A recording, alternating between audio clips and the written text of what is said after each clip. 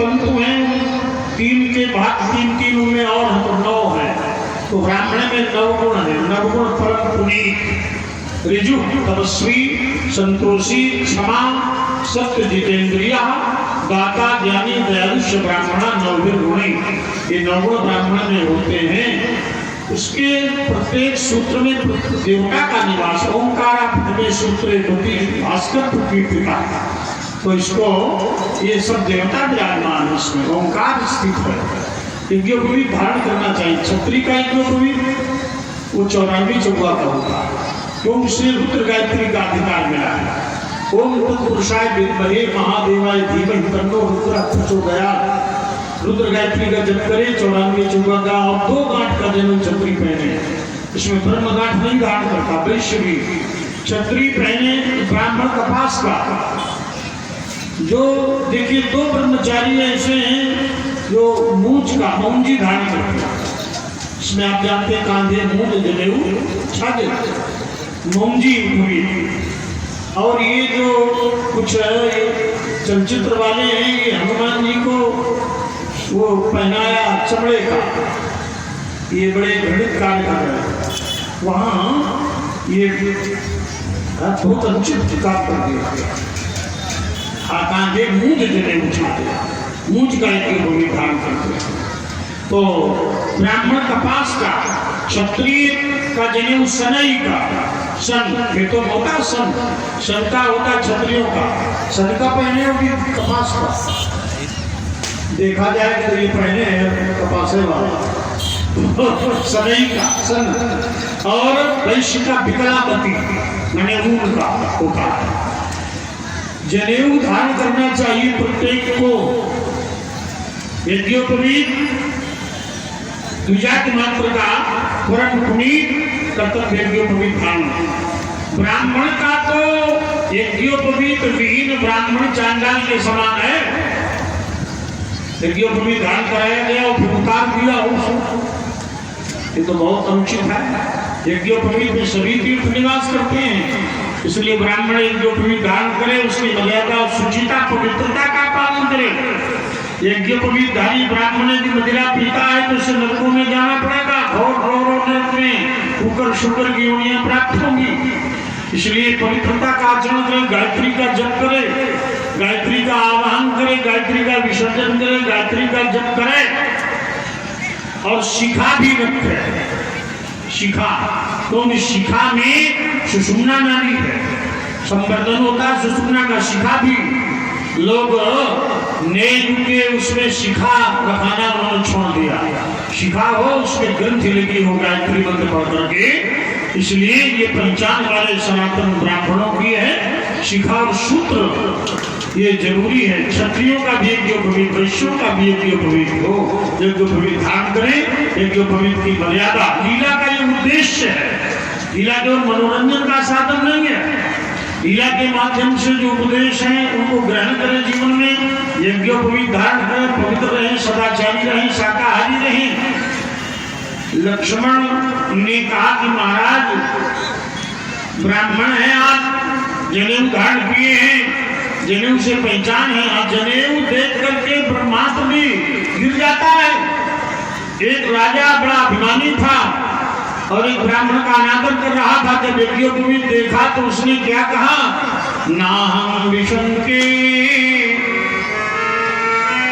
ये पंचम स्कंद में महाराज ये राजा कह रहा है रघुगण, नाहं विशंके सुरराज वज्रातो न द्रक्षशूलात् न यमस्य दण्डात् नान्यर्गशोमान वित्तपाशात् शंके प्रसंक्रम गुलागमात्।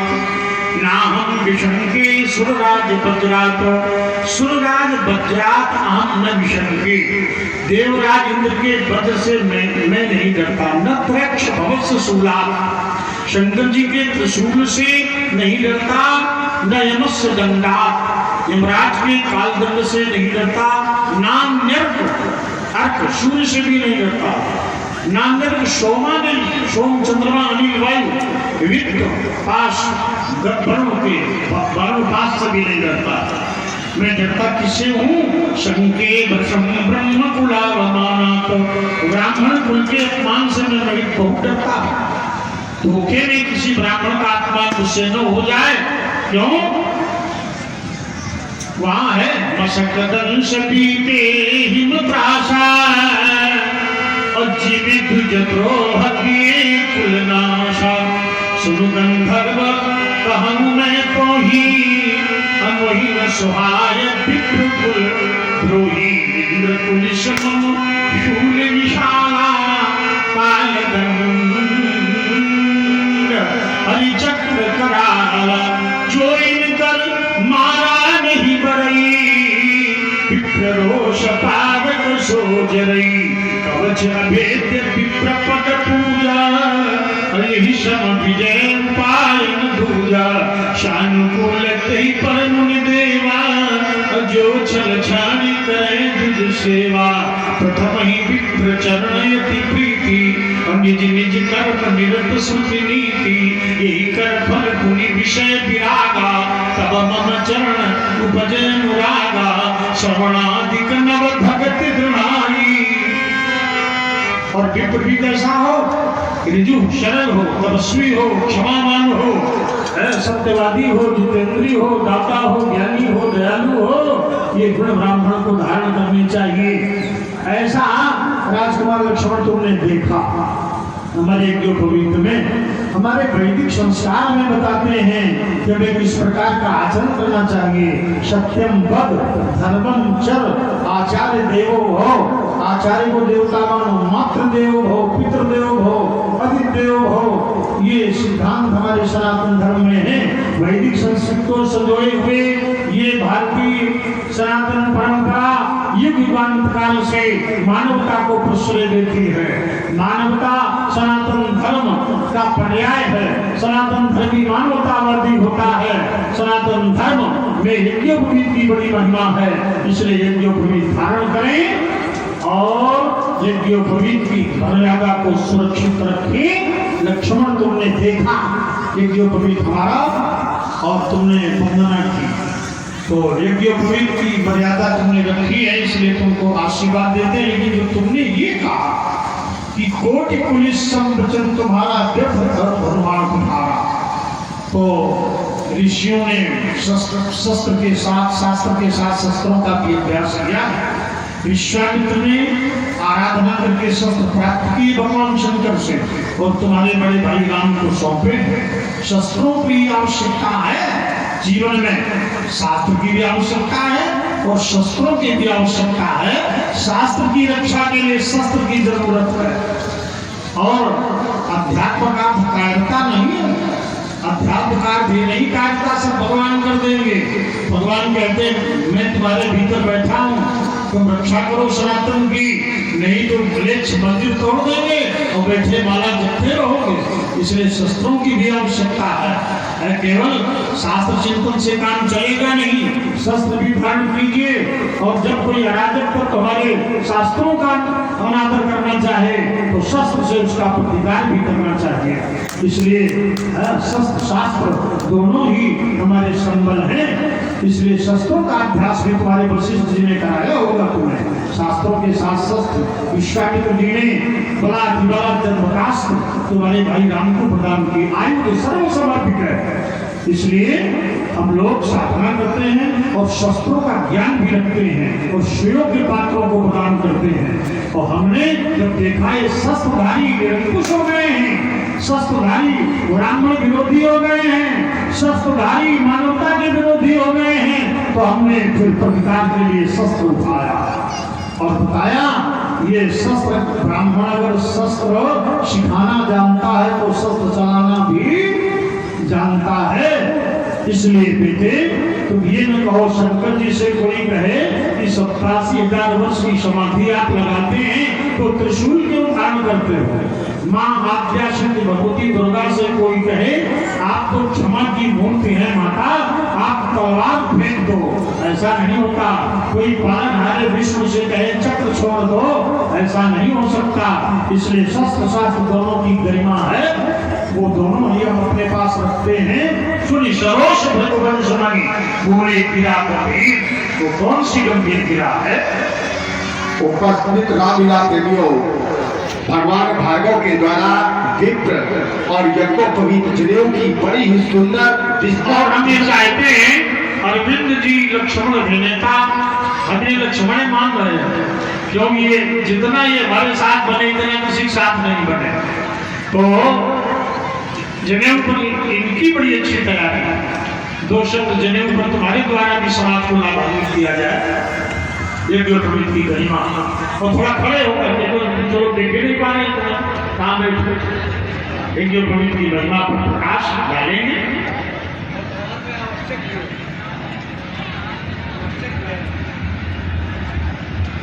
इस शुभेच्छागार में लक्ष्मण जी महाराज और परशुराम जी के बीच जो ये संवाद चल रहा है, इसका हम लोग अमृत पी रहे हैं। आदेश हुआ है भगवान परशुराम जी का। तो जो चर्चा चल रही थी कपास का जनेऊ, सरसूत का जनेऊ, ऊन का जनेऊ, तो ये कलयुग में जनेऊ पहने जाएंगे। त्रेता के जनेऊ अलग है, सतयुग के जनेऊ अलग है। ब्रह्मचारी का जनेऊ एक मात्र मूंज का होता है, ऐसा शास्त्रों का कथन है। लक्ष्मण जी ने भगवान परशुराम जी के जनेऊ में बहुत कुछ देख लिया, क्योंकि वहां सत्य है तो शुद्ध समुचित। और समझना तब होता है जब कोई गंभीर गहरा चिंतन। तो जनेऊ में प्रमुख 3 धागे होते हैं। हमारे चाचा जी अभी खोल के गिन रहे थे, गिना रहे थे। हाँ, तो एक धागे में फिर 3, उसमें से एक को निकालिए तो फिर 3, तो एक में हो गई 9।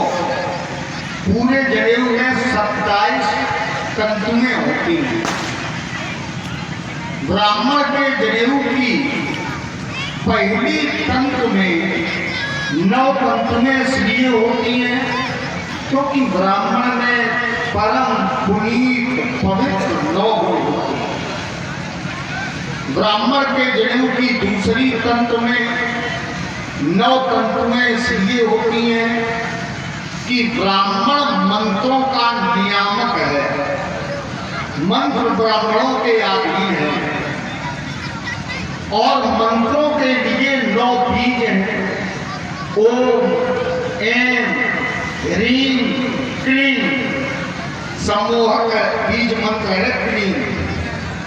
ओम, ऐं, ह्रीं, क्लीं, भू, वा, स्वा, महा, ये सब बीज है। प्रत्येक मंत्र में किसी न किसी बीज का प्रयोग निश्चित ही होता है।